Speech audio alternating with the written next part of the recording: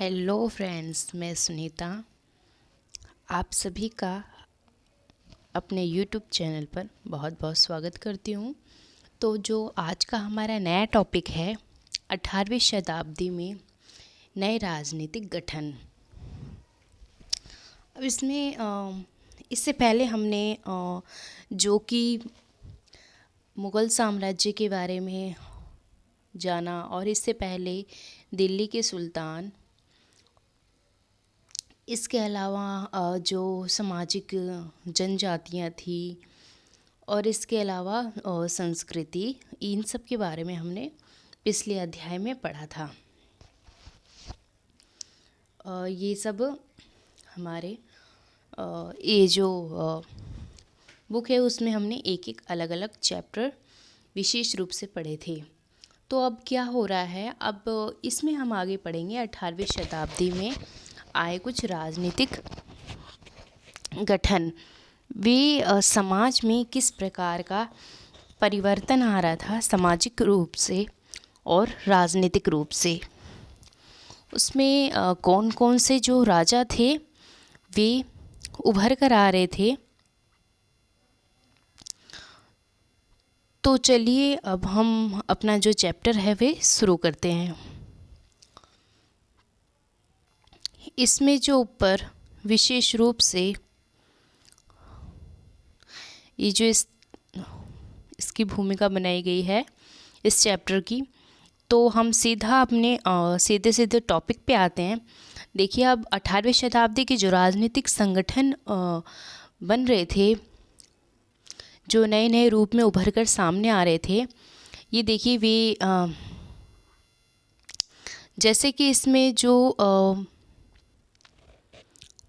मुग़ल साम्राज्य, मराठा साम्राज्य, ब्रिटिश सत्ता, इसके अलावा जो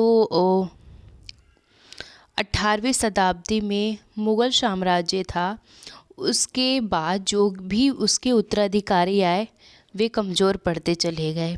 इसके बाद क्या हुआ था, जब वे कमज़ोर पड़ने लगे, जो उनके फिर सूबेदार हुए थे और जो मनसबदार हुए थे, इन्होंने अपने अलग स्वतंत्र राज्य की घोषणा कर दी। उन्होंने जो उनको शक्ति जो कि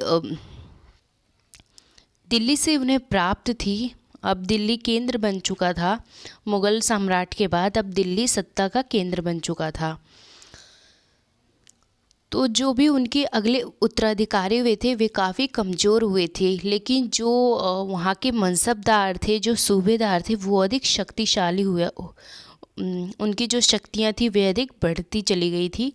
तो उन्होंने जो मुग़ल सम्राट है, अब उसको विशेष महत्वता प्रदान न करके उन्होंने अपनी शक्ति के आधार पर स्वतंत्र रूप से प्रशासन करना शुरू कर दिया। अब जो शक्तियाँ उभर के आ रही थी वे देखिए कुछ इस प्रकार, ये जो हमारा भारतीय मैप है इस पर प्रदर्शित की गई है। जैसे लाहौर में सिख थे। इसके अलावा पानीपत, इसमें पानीपत का तीसरा युद्ध हुआ था। दिल्ली, जाट, जोधपुर, जयपुर, बड़ौदा, भोपाल, मालवा, भरतपुर, आगरा, ग्वालियर, अवध, लखनऊ और मराठे, पूना, ये जो मराठे थे इनकी शक्ति बहुत अधिक बढ़ती चली गई 18वीं शताब्दी के अंतर्गत। इनकी जो शक्तियां हैं वे अधिकांश रूप से इन्होंने अपनी शक्ति दिल्ली की तरफ बढ़ानी शुरू करी।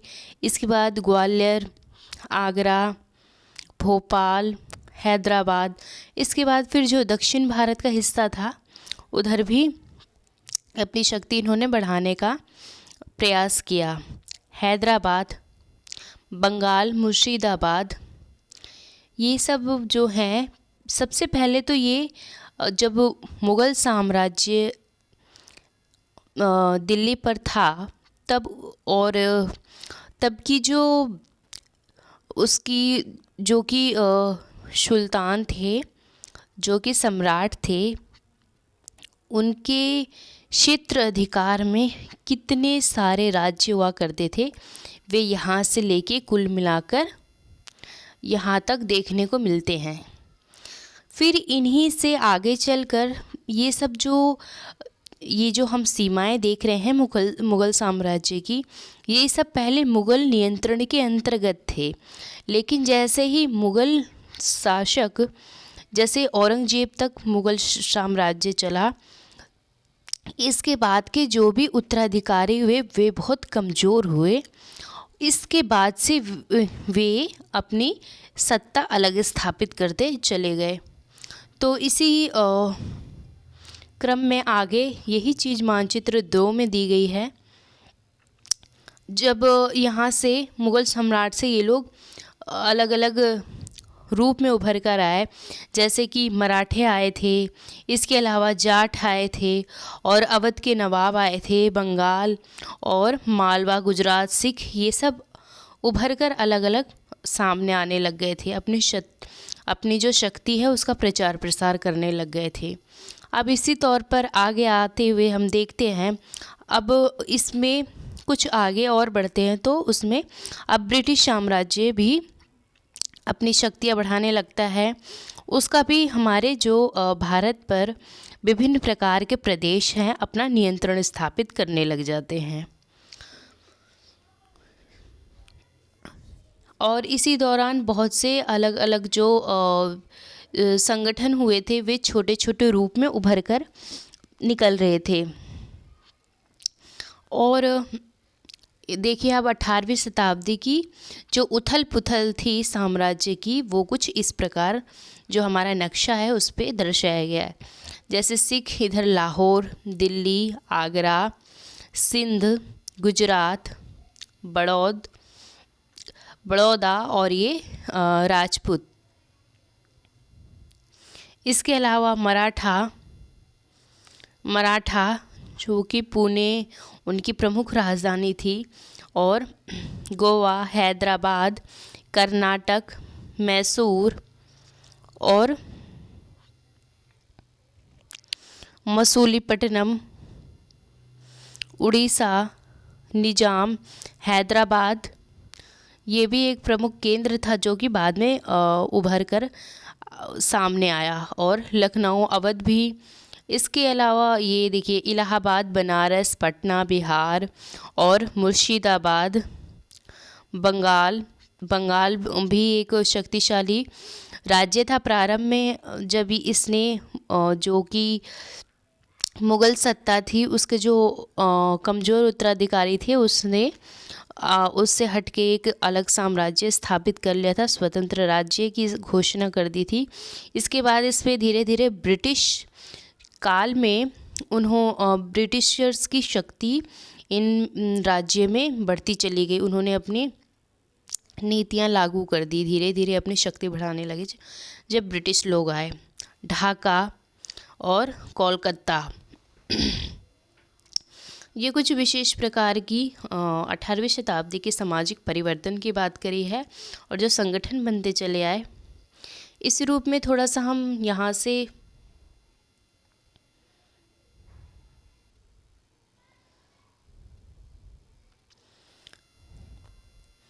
हल्का सा इसका थोड़ा सा ओवरव्यू देख लेते हैं थोड़ा सा। स्वतंत्र राज्य के उदय से मुग़ल साम्राज्य की सीमाएं किस तरह से बदली, ये हमने देखा। ये देखिए जो हमने अभी यही बात करी थी कि ये जो मुग़ल साम्राज्य था इसकी सीमाएं ये देखिए यहाँ से यहाँ तक लगती है।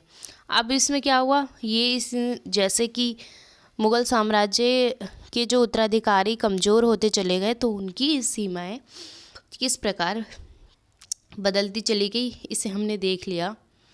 इसके अलावा आप ये भी देखेंगे कि 1765 तक एक अन्य शक्ति जो ब्रिटिश सत्ता ने पूर्वी भारत में बड़े बड़े हिस्सों में सफलतापूर्वक उसको हड़प लिया। बिल्कुल हमने ये देख लिया। ये देखिए, ये पूर्वी भारत जो है, इस पे ब्रिटिश साम्राज्य धीरे धीरे अपनी शक्ति बढ़ाने लग गया। भारत में राजनीतिक परिस्थितियां अपेक्षाकृत एक छोटे से समय अंतराल में बड़ी तेजी से अचानक बदलनी शुरू हो गई।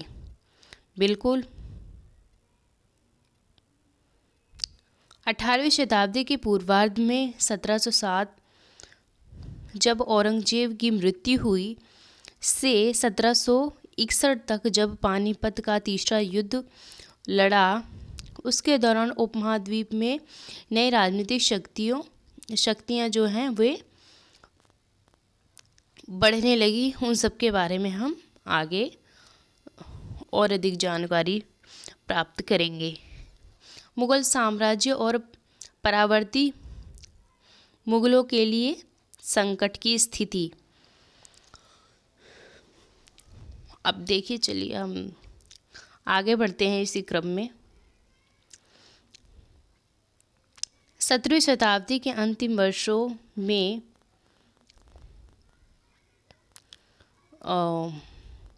मुगल साम्राज्य अपनी सफलता की ऊंचाई पर किस प्रकार पहुंचा था, और फिर 17वीं शताब्दी के अंतिम वर्षों में उसके सामने तरह तरह के संकट किस प्रकार खड़े होने लगे थे।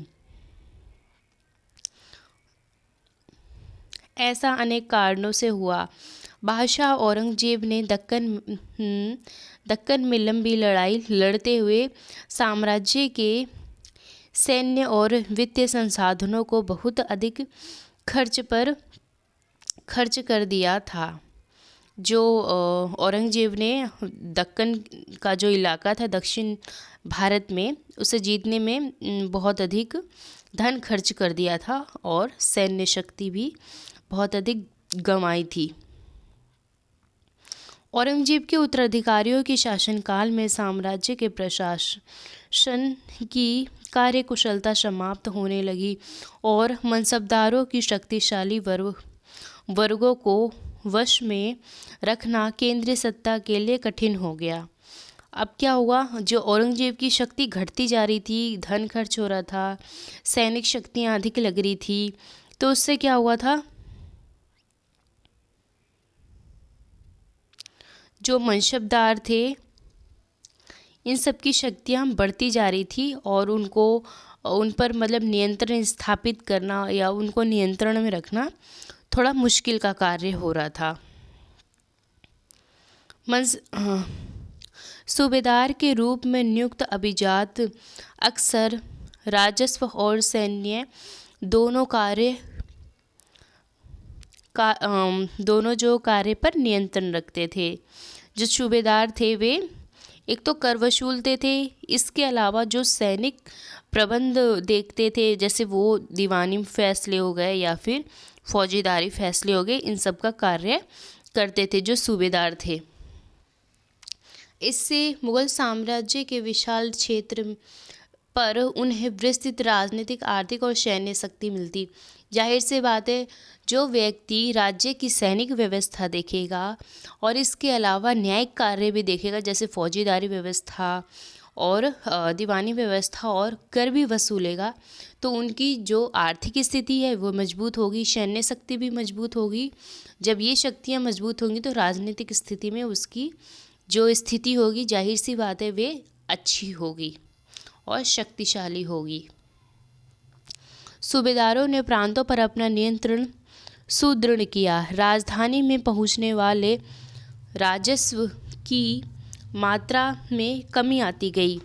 अब क्या हुआ, जब ये जो मनसबदार थे और सूबेदार ये सब थे, ये सब क्या करने लग गए थे, ये कर वगैरह तो वसूलते थे निश्चित रूप से, लेकिन जब केंद्र में इसका जो ब्यौरा देते थे, जो प्रस्तुत करते थे प्राप्त कर, उसमें कटौती की जाने लग गई। जितना राजस्व उन्हें प्राप्त होता था और जितनी उनकी आय थी, उसको रखने के पश्चात भी जो धन बचता था उसको जो राज्य में जमा कराते थे, तो वो भी कम कीमत में जमा कराते थे।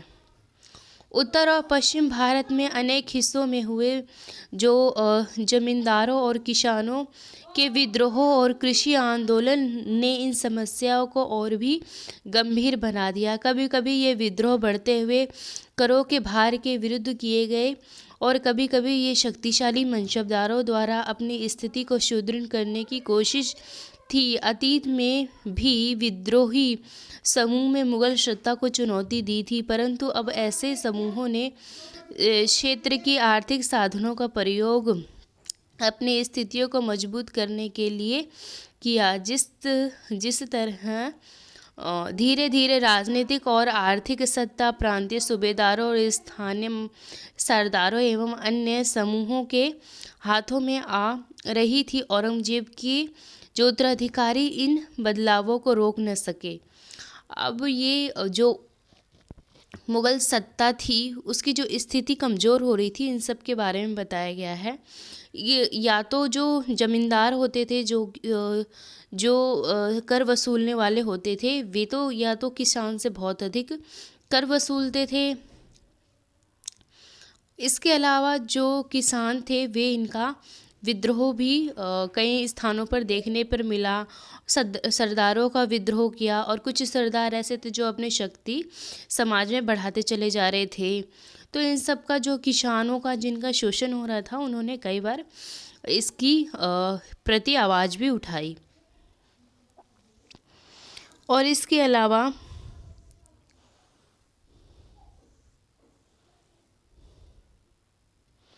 जो सरदार, जो प्रांतीय सूबेदार थे और जो स्थानीय सरदार थे, वे राजनीतिक और आर्थिक सत्ता का वे लाभ उठाते थे। औरंगजेब के को मतलब इस चीज़ की भनक भी नहीं लगती थी, उसको सूचना तक नहीं मिलने दी जाती थी। और इसके अलावा जो उनके उत्तराधिकारी थे वे सब इन सब के बारे में इन सब से मतलब अछूते थे, इन सब के बारे में कोई जानकारी नहीं थी। तो उनकी जो स्थिति है अब और ख़राब होती चली गई। इस आर्थिक और राजनीतिक संकट के बीच ईरान के जो शासक थे नादिर शाह 1739 में दिल्ली पर आक्रमण किया। नादिर शाह ने इतनी अधिक लूट करी हमारे भारत में, इतनी बार आक्रमण किया, इसने बेशुमार संपत्ति हमारे भारत से लूट के ले गया। तो अब इसी की बात की जा रही है। नादिर शाह ने क्या किया, अब आक्रमण किया 1739 पर दिल्ली पर, और उसने संपूर्ण नगर को लूट कर वहाँ पर भारी मात्रा में धन दौलत अपने साथ वापस ले गया। नादिर शाह के आक्रमण के बाद अफ़गान शासक अहमद शाह अब्दाली जो है, अब उसने भी आक्रमण किया। पहले नादिर शाह का आक्रमण था और फिर बाद में अहमद शाह अब्दाली, इन्होंने हमारे भारत पर 5 बार आक्रमण किया और बेशुमार संपत्ति लूटकर अपने साथ ले गया। देखिए ये इतनी दिलचस्प बात नहीं है, लेकिन हालांकि ये जो बात है ये हमारे काम की है।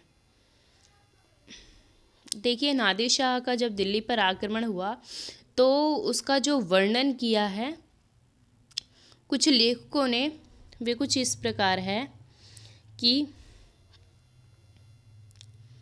60 लाख रुपए और कई हजार सोने के सिक्के, लगभग 1 करोड़ रुपए के सोने के बर्तन, इसके अलावा लगभग 50 करोड़ रुपए के गहने, जवाहरात और अन्य चीज़ें ले गया नादिर शाह, जिसमें से कुछ तो इतनी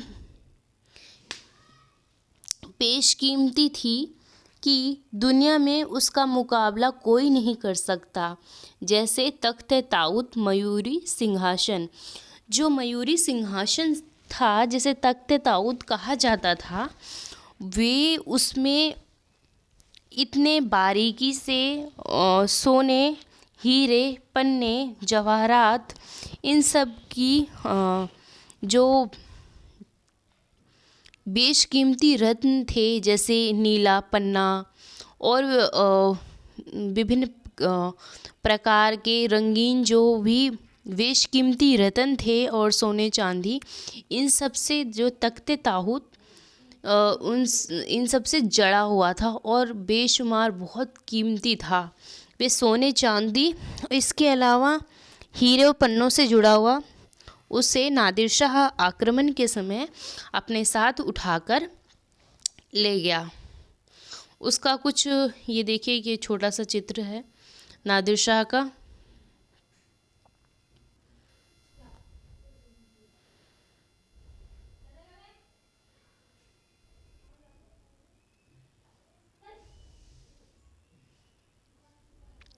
देखिए क्या हालत हो गई थी जब दिल्ली पर आक्रमण हुआ था नादिर शाह का, तब कुछ चीज़ें सामने उभर कर आई जो कि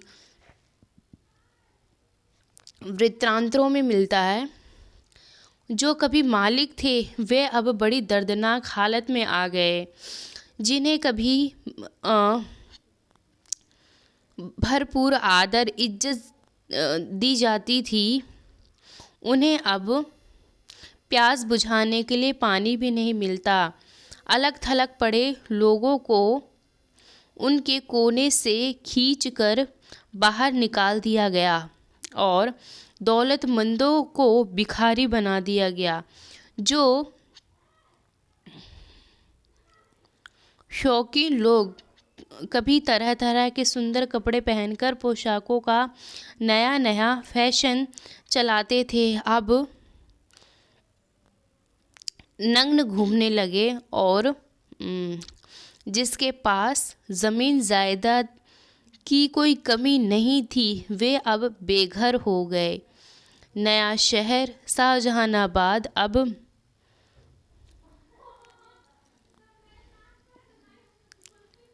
मलबे का ढेर बन गया। नादिर शाह ने तब शहर के पुराने मोहल्लों पर हमला बोला और वहाँ की सारी दुनिया को तबाह कर डाला। नादिर शाह के आक्रमण का कुछ प्रभाव। इसके अलावा देखिए, राज्य पर जो सब ओर से दबाव तो पड़ ही रहा था और अभिजातों के विभिन्न समूहों के पारस्परिक प्रतिद्वंदिता ने उसे और भी कमज़ोर बना डाला। ये अभिजात जो थे वे दो गुटों में बटे हुए थे, ईरानी और तुरानी। जो मुग़ल साम्राज्य के जो इसके बाद उसके उत्तराधिकारी वे जो हुए थे, उनके राज दरबार में कुछ जो ईरान से आए थे ईरानी दल, और इसके बाद जो तुरानी दल जो तुरान से आए थे, उनके राज दरबार में मौजूद था।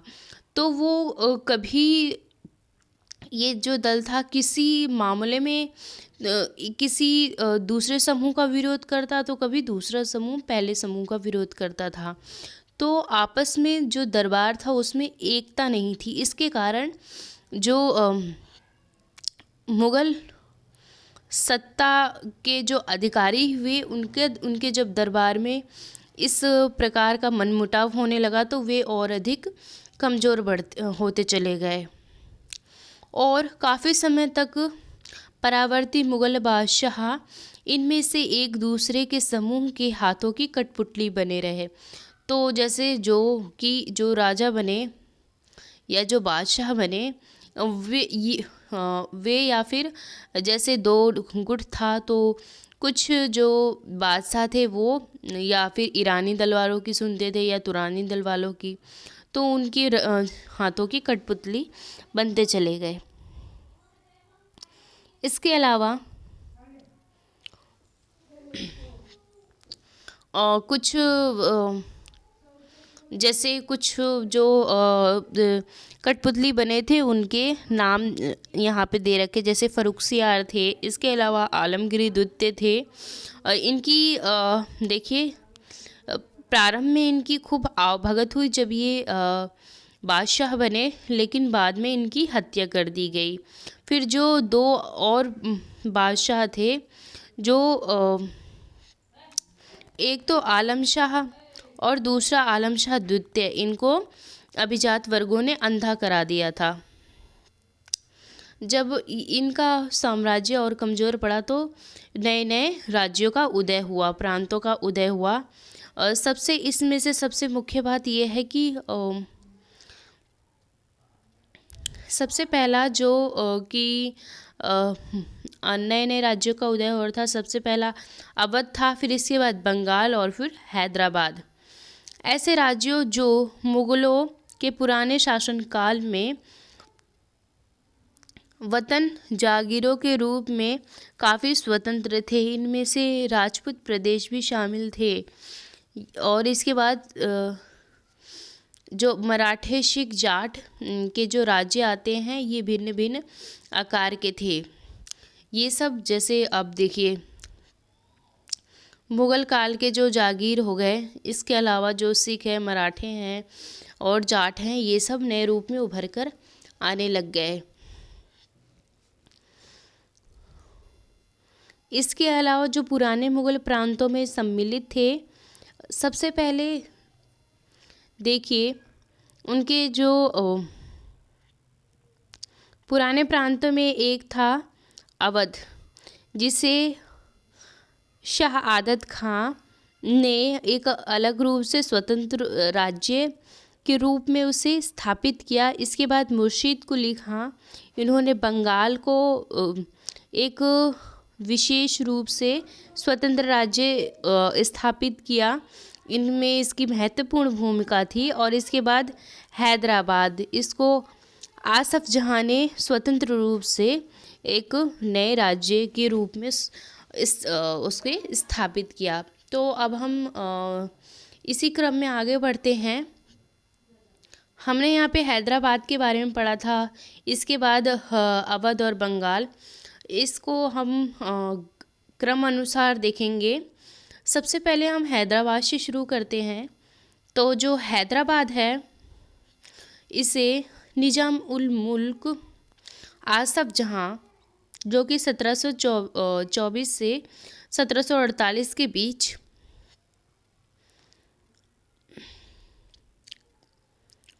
इन्होंने हैदराबाद राज्य की स्थापना करी। इस कालानुक्रम के अंतर्गत निज़ाम उल मुल्क, जिसे आसफ जहाँ, निज़ाम उल मुल्क और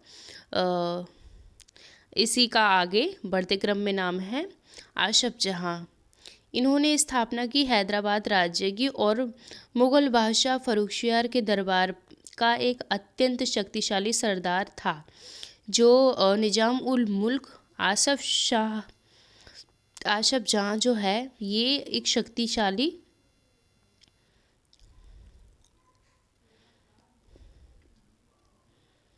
सदस्य था। फ़र्रुखसियार जो बादशाह थे उनके शासनकाल में। और उसे सर्वप्रथम अवध की सूबेदारी सौंपी गई। सबसे पहले अवध की सूबेदारी सौंपी गई थी और बाद में उसने दक्कन का कार्यभार दे दिया गया। 1720 से 22 के मध्य की दक्कन प्रांतों का सूबेदार होने की वजह से आसफ जहाँ के पास पहले से ही राजनीतिक और वित्तीय प्रशासन का पूरा नियंत्रण था। दक्कन में होने वाले उपद्रवों और मुग़ल दरबार में चल रही प्रतिस्पर्धा का फ़ायदा उठाकर उसने सत्ता हथियाई तथा उस क्षेत्र पर वास्तविक शासक बन गया। अब क्या हुआ, प्रारंभ में ये जो निज़ाम उल मुल्क आसफ जहाँ, ये फ़र्रुखसियार के दरबार में उनके स्वतंत्र शक्तिशाली सदस्य थे। इसके बाद उन्हें जो दक्कन की सूबेदारी वगैरह प्राप्त हुई और इन्हें फिर राजनीतिक और वित्तीय शक्तियाँ पूर्ण रूप से इन्हें मिल गई। तो इन्होंने क्या किया, इन्होंने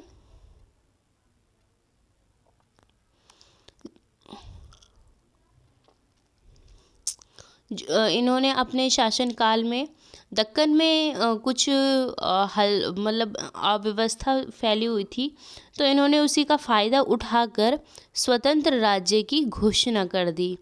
जो सत्ता है ना उसे अपने हाथों में ले ली। कहाँ की? हैदराबाद की। अब क्या हुआ? आसफ जहाँ अपने लिए कुशल सैनिकों तथा प्रशासकों को उत्तरी भारत से लाया और वे दक्षिण में नए अवसर पाकर प्रसन्न थे। जो अपने हैदराबाद उसकी स्थापना करी, उनके जो सैनिक वगैरह थे उन सैन्य व्यवस्था के लिए उसने जो उत्तर भारत से सैनिकों की व्यवस्था करी अपने साम्राज्य के संरक्षण के लिए, उससे वे काफ़ी अधिक प्रसन्न था। उसने मनसबदार नियुक्त किए।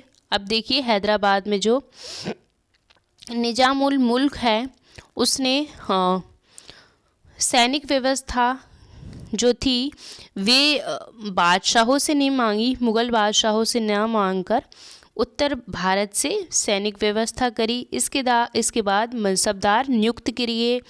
इसके अलावा जागीरदारे जो मनसबदार नियुक्त करी थी उनको जागीर दी। जागीर मतलब ज़मीन जिससे राजस्व वगैरह वसूला जाता है। हालांकि वह अभी भी मुग़ल सम्राट का सेवक था, फिर भी वह काफ़ी आज़ादी से शासन चलाता था। ना तो वह दिल्ली से कोई निर्देश लेता था और ना ही दिल्ली उसके कामकाज में कोई हस्तक्षेप करती थी। मुग़ल बादशाह तो केवल निज़ाम उल मुल्क आसफ जहाँ द्वारा पहले से लिए गए निर्णयों की पुष्टि कर दिया करते थे। तो जो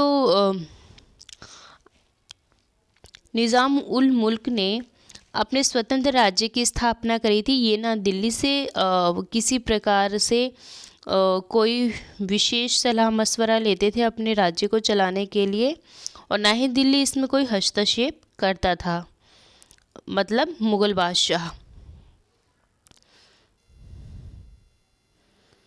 हैदराबाद जो राज्य है पश्चिम की ओर मराठों के विरुद्ध और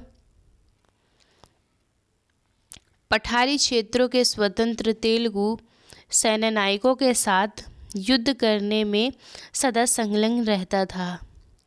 पूर्व दिशा में निज़ाम उल मुल्क आसफ जहाँ कोरोमंडल तट तक पर स्थित वस्त्रोत्पादक धन संपन्न क्षेत्र पर अपना नियंत्रण प्राप्त करने की महत्वाकांक्षा रखता था, पर उसकी इस महत्वाकांक्षाओं पर उस क्षेत्र में ब्रिटिश शक्ति की उपस्थिति के कारण रोक लग गई। हैदराबाद पे निज़ाम उल मुल्क ने अपनी सत्ता तो हथियाई ही थी, इसके अलावा वे भारत के दक्षिणी कोरोमंडल पे भी अपनी स्वतंत्रता और अपनी जो सत्ता है वे हथियाना चाहता था या उसे अपने नियंत्रण में करना चाहता था। लेकिन क्या हुआ, वहाँ पे जो ब्रिटिश शक्ति थी वो पहले से ही मौजूद थी, जिसके कारण उसकी शक्ति वहाँ तक नहीं पहुँच पाई। अब देखिए इसी क्रम में आगे बढ़ते हुए अवध के ऊपर आते हैं हम।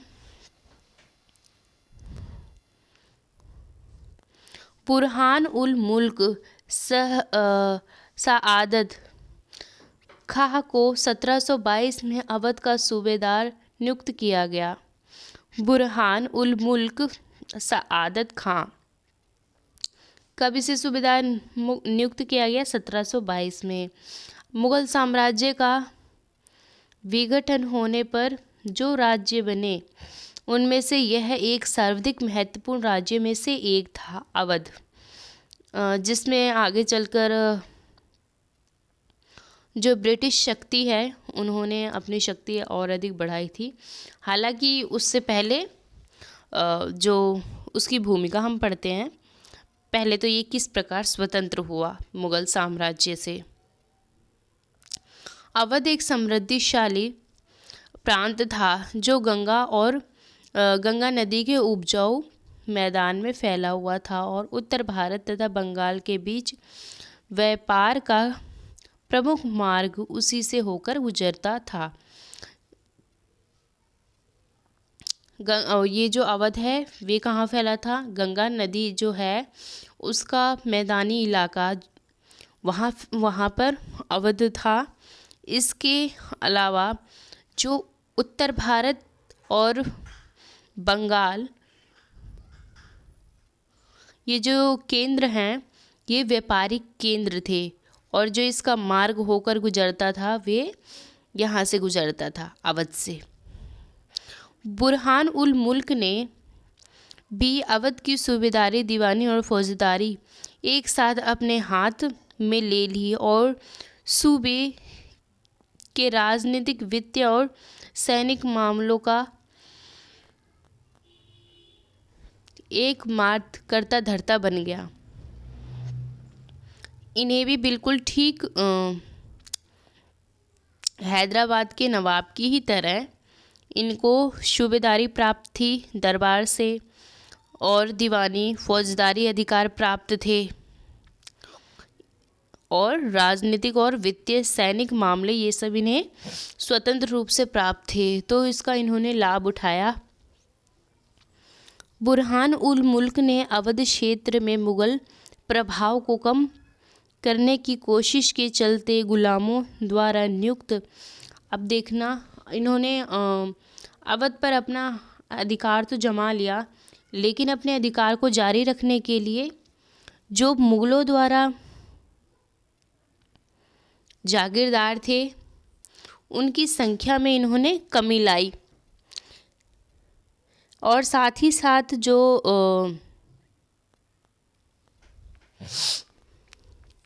रिक्त स्थानों पर अपनी निष्ठावान सैनिकों को नियुक्त किया। धोखाधड़ी को रोकने के लिए जागीर अधिकारों के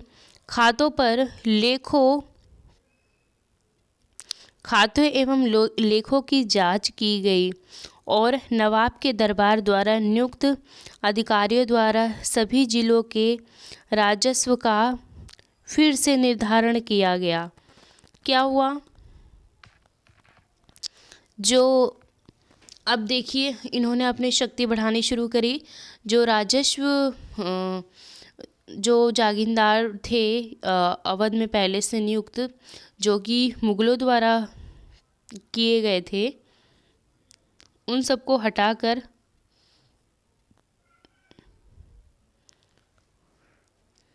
इन्होंने अपने निष्ठावान सैनिकों को नियुक्त किया। धोखाधड़ी से बचने के लिए इन्होंने लिखित खाते ब्यौरे रखना शुरू करे, उसकी जांच पड़ताल समय समय पर करते रहे और नवाब के दरबार द्वारा नियुक्त अधिकारियों द्वारा सभी जिलों के राजस्व का फिर से निर्धारण किया गया और जो राजस्व व्यवस्था थी, जो कर वसूलते थे, उसका फिर से एक प्रकार से कर निर्धारित किया गया। उसे अनेक राजपूत जमींदारों और रोहेल खंडों के अफगानों की उपजाऊ कृषक भूमियों को अपने राज्य में मिला लिया। अब इन्होंने राजपूतों और रोहेल खंड जो थे और इसके अलावा जो अफगान, उन सब की कृषि संबंधित भूमि थी, अपने राज्य में उन्हें मिलाकर अपनी शक्ति को और बढ़ाया। राज्य ऋण प्रदान करने के लिए स्थानीय सेठों, साहूकारों, महाजनों पर निर्भर रहता था। राज्य राजस्व का ठेका सबसे ऊंची बोलने वाले इजारेदारों को देता था। इजारे जो दार थे राज्यों को एक निश्चित रकम के भुगतान का वचन देते थे। जैसे राज्य को किसी प्रकार से ऋण चाहिए तो वे किससे लेते थे? साहूकार से और महाजनों से, सेठों से। वे जो कि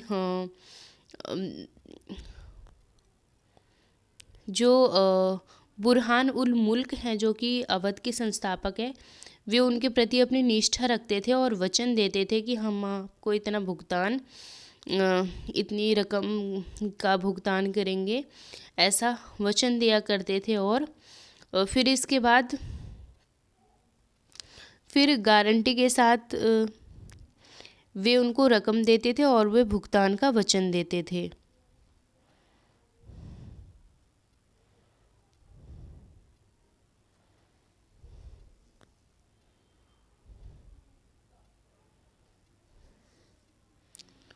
आगे चलकर क्या हुआ,